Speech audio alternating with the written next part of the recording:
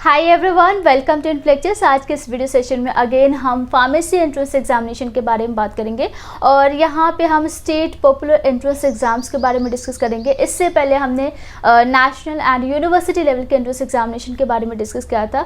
अगर वो वीडियो नहीं देखा है, लिंक डिस्क्रिप्शन बॉक्स में मिल जाएगा। इस वीडियो को देखने के बाद आप वो एक बार चेक कर लीजिएगा, क्योंकि वहाँ पर हमने नेशनल लेवल के एंट्रेंस एग्जामिनेशन की बात की है, जिसके थ्रू आप top and best pharmacy institute, colleges या यूनिवर्सिटी में एडमिशन ले सकते हैं for pharmacy, B pharma, D pharma, pharm D.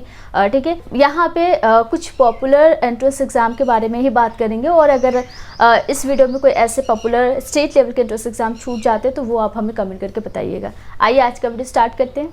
सबसे पहले नंबर पे है MST CET Maharashtra common entrance test.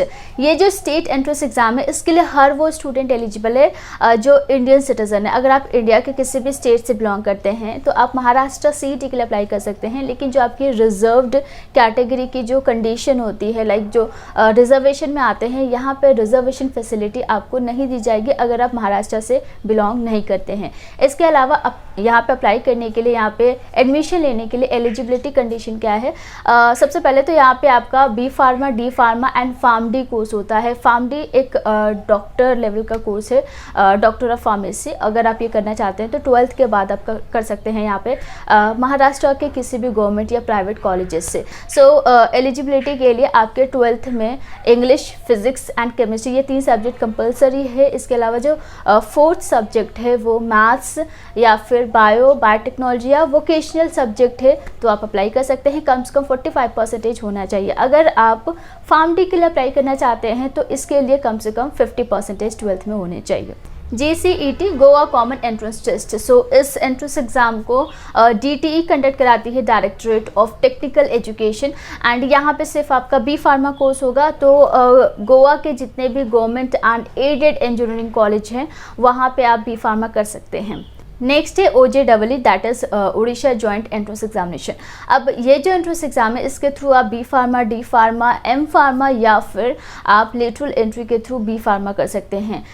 अगर आप डी फार्मा, बी फार्मा करना चाहते हैं तो 12th में कम से कम 45 और साइंस स्ट्रीम होना चाहिए। बट अगर आप लेटरल एंट्री के थ्रू बी फार्मा करना चाहते हैं तो इसके लिए आपने डिप्लोमा इन फार्मेसी किया है तो आप एलिजिबल है। आउटसाइड जो स्टेट स्टूडेंट्स हैं उन लोगों को मैं बता दूँ, यहाँ पे आप एलिजिबल है अप्लाई करने के लिए, एडमिशन भी ले सकते हैं, लेकिन सिर्फ और सिर्फ प्राइवेट कॉलेज में ही आप एडमिशन ले पाएंगे। उड़ीसा के जितने भी प्राइवेट कॉलेजेस है उसके लिए आप एलिजिबल, ठीक है। तो अगर आप उड़ीसा से बिलोंग करते हैं या आउटसाइड स्टेट स्टूडेंट है, आप दोनों ही टाइप के स्टूडेंट यहाँ पे अप्लाई कर सकते हैं। नेक्स्ट है WBJEE, that is west Bengal joint entrance examination. अब यहाँ पे अप्लाई करने के लिए जो एलिजिबिलिटी कंडीशन है वो यूनिवर्सिटी वाइज है। बेसिक एलिजिबिलिटी की बात करें तो आप साइंस स्ट्रीम से 12th कर चुके हैं, आप अप्लाई कर सकते हैं WBJEE एप्लीकेशन फॉर्म के लिए। एंड जब बात आएगी एडमिशन की तो वहाँ पे आपकी जो एलिजिबिलिटी कंडीशन है वो वैरी करेगी। सपोज़ जादवपुर यूनिवर्सिटी की बात करें तो इसकी जो एलिजिबिलिटी कंडीशन है उसके लिए आपके 12th PCM स्ट्रीम से होना चाहिए और मिनिमम 60% का एग्रीगेट होना चाहिए। इसी तरीके से यूनिवर्सिटी वाइज आपकी क्वालिफिकेशन वैरी करेगी। एंड यहाँ पे इंडियन स्टूडेंट अप्लाई कर सकते हैं, आप किसी भी स्टेट से बिलोंग करते हैं, आप सभी यहाँ पे एलिजिबल है वेस्ट बंगाल के गवर्नमेंट एंड प्राइवेट कॉलेज में एडमिशन लेने के लिए। RUHS Rajasthan university of health sciences. तो Rajasthan university of health sciences से अगर आप बी फार्मा, डी फार्मा या फिर एम फार्मा कोर्स करना चाहते हैं तो उसके लिए आपको फार्मेसी एप्टीट्यूड टेस्ट देना होगा। और यहाँ पे लेटरल एंट्री भी होता है बी फार्मा के लिए, जिसके लिए आपने डिप्लोमा किया हो फार्मेसी में। CPP NET, that is combined paramedical and pharmacy nursing entrance test. तो ये जो एंट्रेंस एग्जामिनेशन है इसे Uttar Pradesh university of medical science conduct कराती है, जो कि स्टेट लेवल का एंट्रेंस एग्जामिनेशन है। इसके थ्रू आप फार्मेसी नर्सिंग कोर्सेज कर सकते हैं। अगर आप आर्ट्स या कॉमर्स स्ट्रीम से बिलोंग करते हैं तो यहाँ पे आप GNM ANM कर सकते हैं, जो कि नर्सिंग डिप्लोमा कोर्सेज है, ठीक है। बाकी science stream student pharmacy and BSc nursing course कर सकते हैं। CGPPHT, that is Chhattisgarh pre pharmacy test. इसके थ्रू आप बी फार्मा, डी फार्मा कर सकते हैं। ये जो एंट्रेंस एग्जामिनेशन है इसके थ्रू आप लाइक छत्तीसगढ़ के जितने भी government and private pharmacy colleges है उनमें आप एडमिशन ले सकते हैं।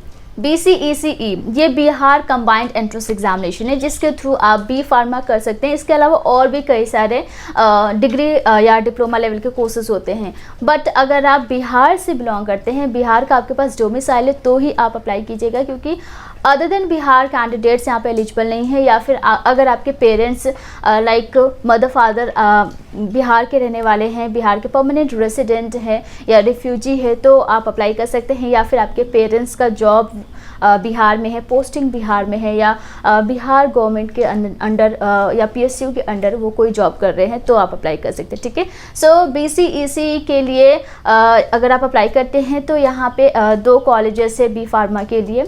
एक आपका है MIT मुजफ्फरपुर में है, और एक आपका GPI गुलजारबाग पटना में है। ठीक है, तो ये 2 कॉलेजेस है जो आपको बी फार्मा करवाएगी।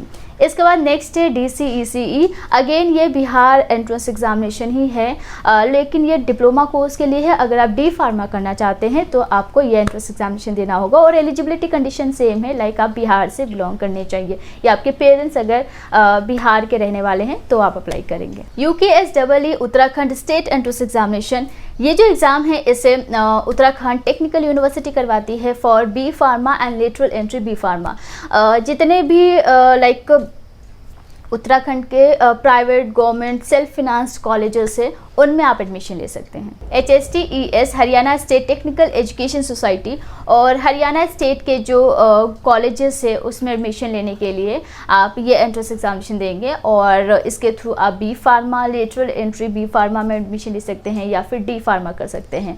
एंड इस एंट्रेंस एग्जामिनेशन को क्वालिफाई करने के बाद आप महर्षि दयानंद यूनिवर्सिटी में एडमिशन ले सकते हैं, कुरुक्षेत्र यूनिवर्सिटी, गुरुग्राम यूनिवर्सिटी जो कि गुड़गांव में है। गुजरात कॉमन एंट्रेंस टेस्ट, इस एंट्रेंस एग्जामिनेशन के लिए जो गुजरात से बिलोंग करते हैं वो तो एलिजिबल है, लेकिन other than Gujarat state student जो है वो एलिजिबल है अप्लाई करने के लिए। एग्जामिनेशन भी दे सकते हैं, लेकिन आप सिर्फ और सिर्फ प्राइवेट कॉलेज के लिए एडमिशन ले पाएंगे। जो गुजरात के गवर्नमेंट कॉलेजेस है उसके लिए आप एलिजिबल नहीं हैं। सो गुजरात से जो भी बिलोंग करते हैं वो गुजरात का CET ज़रूर दीजिएगा अगर आप बी फार्मा करना चाहते हैं। KCET that is Karnataka common entrance test.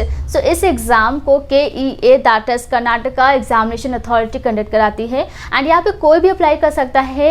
आप इंडिया के सिटीजन है, आप एलिजिबल हो, यहाँ पे बी फार्मा, डी फार्मा और लेटरल एंट्री के थ्रू बी फार्मा भी कर सकते हैं, जिसमें आपका सेकेंड ईयर में एडमिशन होता है। सो कर्नाटका के कॉलेज में आप एडमिशन ले सकते हैं। इसके बाद है KEAM, केरला के लिए एंट्रेंस एग्जामिनेशन होता है। तो अगर आप केरला से बिलोंग करते हैं इस एंट्रेंस को दे सकते हैं, जिसे CEE कंडक्ट कराती है, कमिश्नर ऑफ एंट्रेंस एग्जामिनेशन।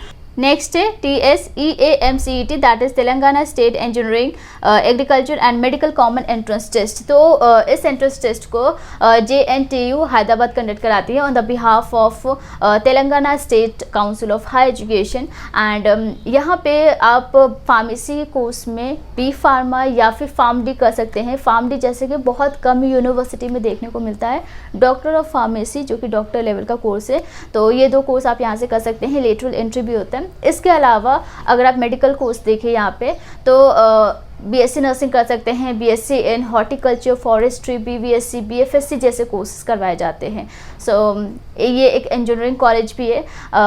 ये जो एंट्रेंस एग्ज़ाम है इसके लिए वही स्टूडेंट एलिजिबल है जो तेलंगाना स्टेट से बिलोंग करते हैं। ठीक है, तो इसके बाद जितने भी स्टेट लेवल के एंट्रेंस एग्ज़ाम होता है उसके लिए CET common entrance test conduct कराया जाता है फार्मेसी कोर्स के लिए। अगर आप पंजाब यूनिवर्सिटी से बी फार्मा या फार्मेसी डिग्री डिप्लोमा कोर्स करना चाहते हैं तो उसके लिए आपको पंजाब का CET देना होगा। इसी तरीके से दिल्ली के लिए दिल्ली में जो DSEU है उसमें एडमिशन लेने के लिए, जिसमें आपका सिर्फ डी फार्मा होता है, उसके लिए आपका दिल्ली का CET होता है। ठीक है, तो इसी तरीके से किसी भी स्टेट की बात करें तो वहाँ पे CET एग्ज़ाम देना होगा अगर आप फार्मेसी कोर्स करना चाहते हैं। जितने भी यूनिवर्सिटीज़ की यहाँ पे हमने बात की है सभी फार्मेसी काउंसिल ऑफ इंडिया से रिकॉग्नाइज्ड है।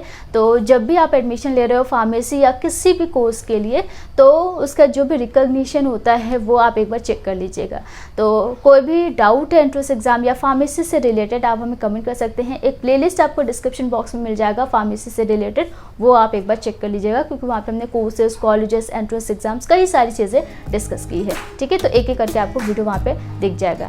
आज के बस इतना ही। फर्स्ट टाइम चैनल पे आए तो जाकर सब्सक्राइब करके नोटिफिकेशन ऑन कर सकते हैं। मिलते हैं नेक्स्ट वीडियो में। Thank you so much and take care.